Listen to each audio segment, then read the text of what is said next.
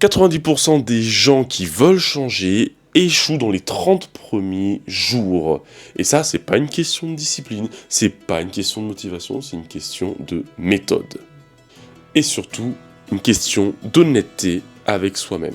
Dans cette vidéo, on va voir les deux seules raisons qui te bloquent actuellement.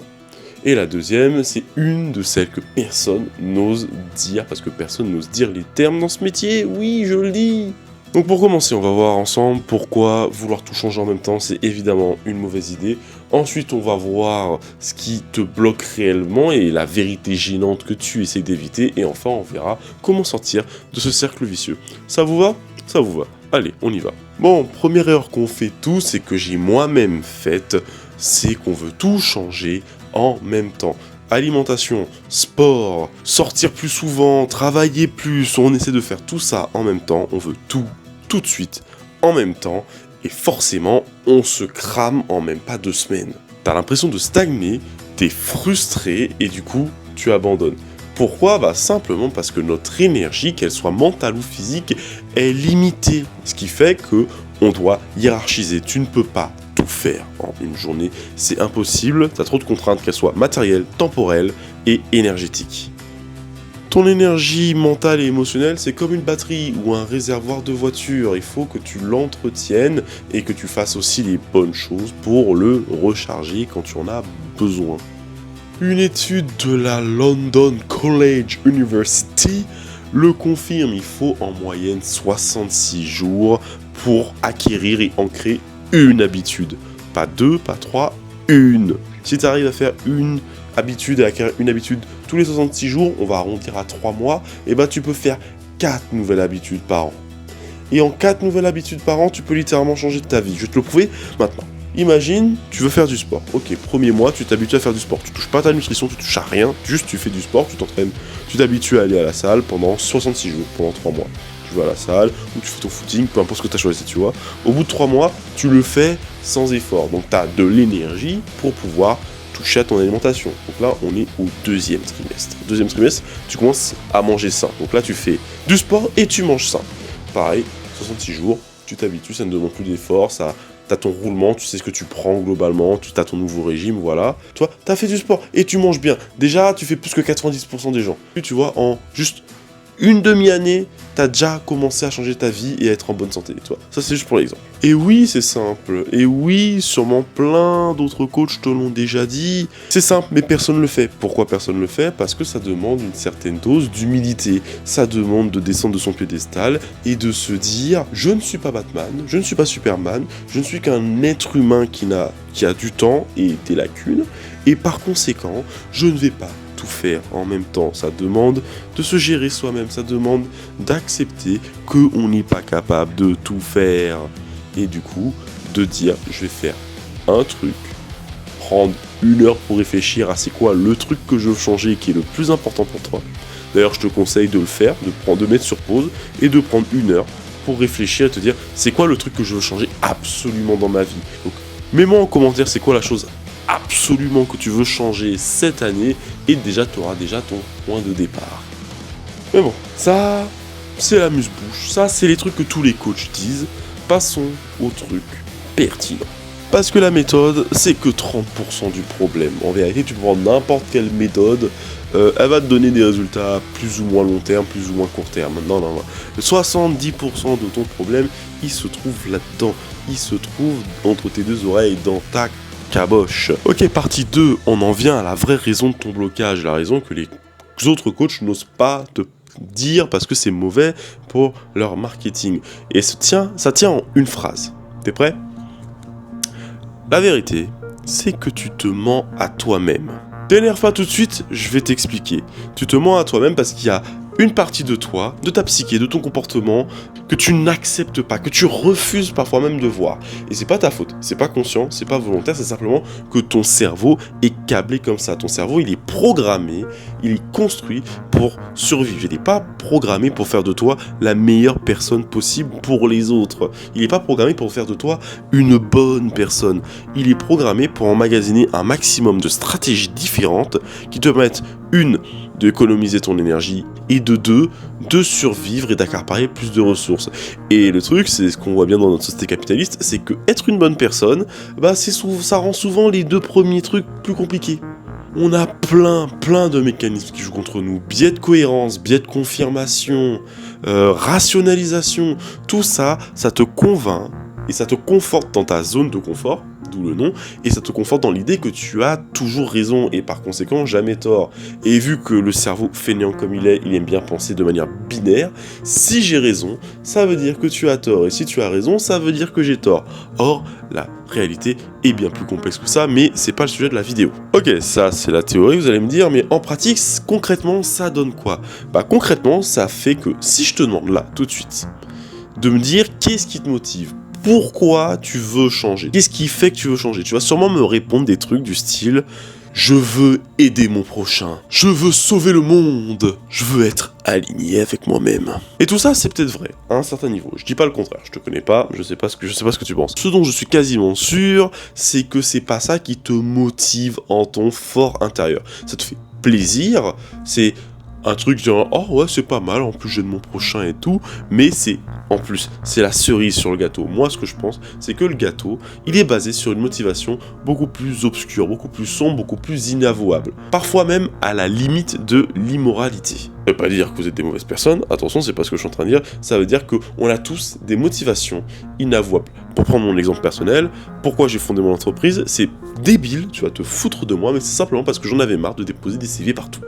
C'est tout, ça me faisait chier de faire du porte-à-porte, de déposer mon CV, donc je me suis dit, je vais faire mon business en ligne, comme ça je n'aurai plus à déposer de CV, tu vois.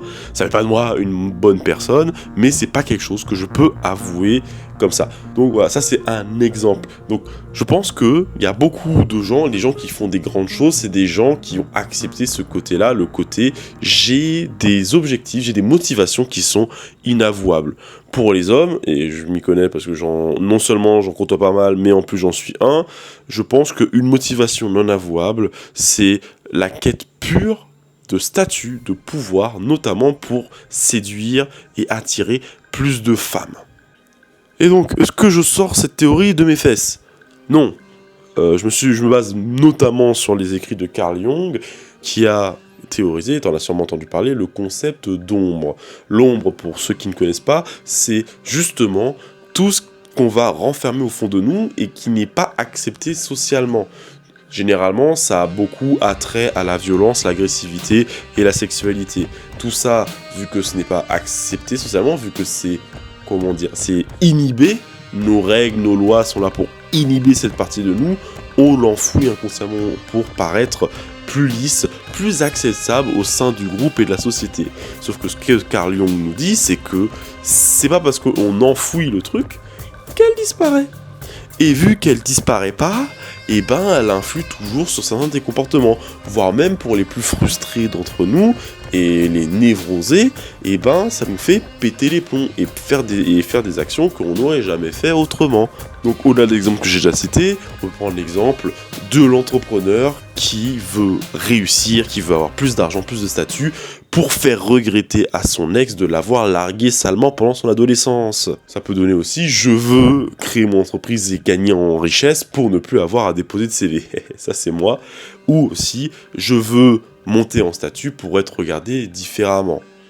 Donc, vous voyez, de l'extérieur, ça peut être mesquin. On a aussi d'autres motivations qui sont plus basées sur certaines insécurités qu'on peut avoir. Je veux réussir pour prouver ma valeur aux autres. Je veux réussir pour ne plus jamais être rejeté. Je ne dis jamais non parce que sinon j'ai peur d'être rejeté, etc., etc. Les motivations, on va dire, négatives qui font partie de l'ombre ne sont pas négatives forcément au sens malsain. C'est malsain si justement tu fais comme si c'était pas là. Parce que ce désir que tu n'admets pas, que tu n'identifies pas, risque de contrôler ta vie et de faire des débordements. Surtout si tu obtiens effectivement tout le pouvoir que tu veux. T'as qu'à regarder, certains de nos politiciens, non, tous les politiciens en fait.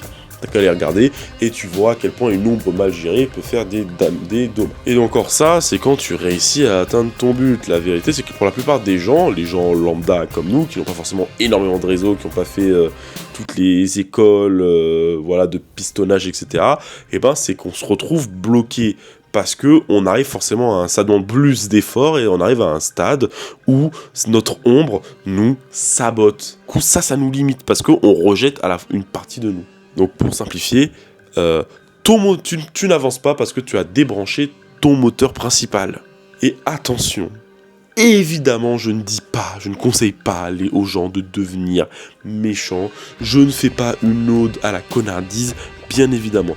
Ce que je dis, que la philosophie que je prévaux, c'est la philosophie du sport de combat. C'est-à-dire que, pour ceux qui ne le savent pas, si demain, aujourd'hui, vous faites braquer, vous avez un combat, une altercation à main nue, vous avez de grandes chances de tuer votre adversaire si vous êtes plus fort physiquement que lui à cause de l'adrénaline. Alors que vous ne savez, justement parce que vous ne savez pas vous battre. Or, si vous apprenez à vous battre, si justement vous allez faire cette truc violente, ce truc qui vous rend plus dangereux, et ben paradoxalement ça vous rend moins dangereux, parce que dans un combat de boxe, ou dans un combat de MMA ou que sais-je, on vous apprend justement à gérer votre force, vous apprenez à quel point vous pouvez être fort et vous apprenez que frapper à fond, c'est même pas nécessaire. Vous apprenez que vous pouvez mettre KO quelqu'un avec 40% de force ou juste en visant au bon endroit. Vous avez moins de chances d'être blessé, moins de chances de blesser votre adversaire ou de le tuer. Et ben c'est cette philosophie-là que je vends avec l'ombre. Le but, ce n'est pas de l'utiliser comme un chimpanzé avec un fusil, c'est de savoir que le fusil est là, apprendre à l'utiliser, prendre ce qui peut nous être utile et garder en cage ce qui peut être néfaste pour nous. L'idée, c'est cette énergie obscure, ne pas la supprimer, mais la contenir pour justement qu'elle nous soit utile comme un feu qu'on mettrait au centre d'un cercle de pierre. Ce cercle de pierre nous permettra d'éviter l'incendie. Ok, bon, à ce stade-là, tu t'es sûrement dit, Lotus, t'expliques trop bien, maintenant je sais comment faire, je vais faire mon shadow work tout seul, et travailler sur moi-même pour devenir la meilleure version de moi-même et accepter mes penchants obscurs, blablabla. Sauf que la vérité, c'est que si c'était aussi facile de le faire seul, tout le monde le ferait et on vivrait sur une planète incroyable. La vérité, c'est que c'est dur de le faire seul, même pour moi. Alors que j'ai les outils, j'ai fait de la psycho, etc.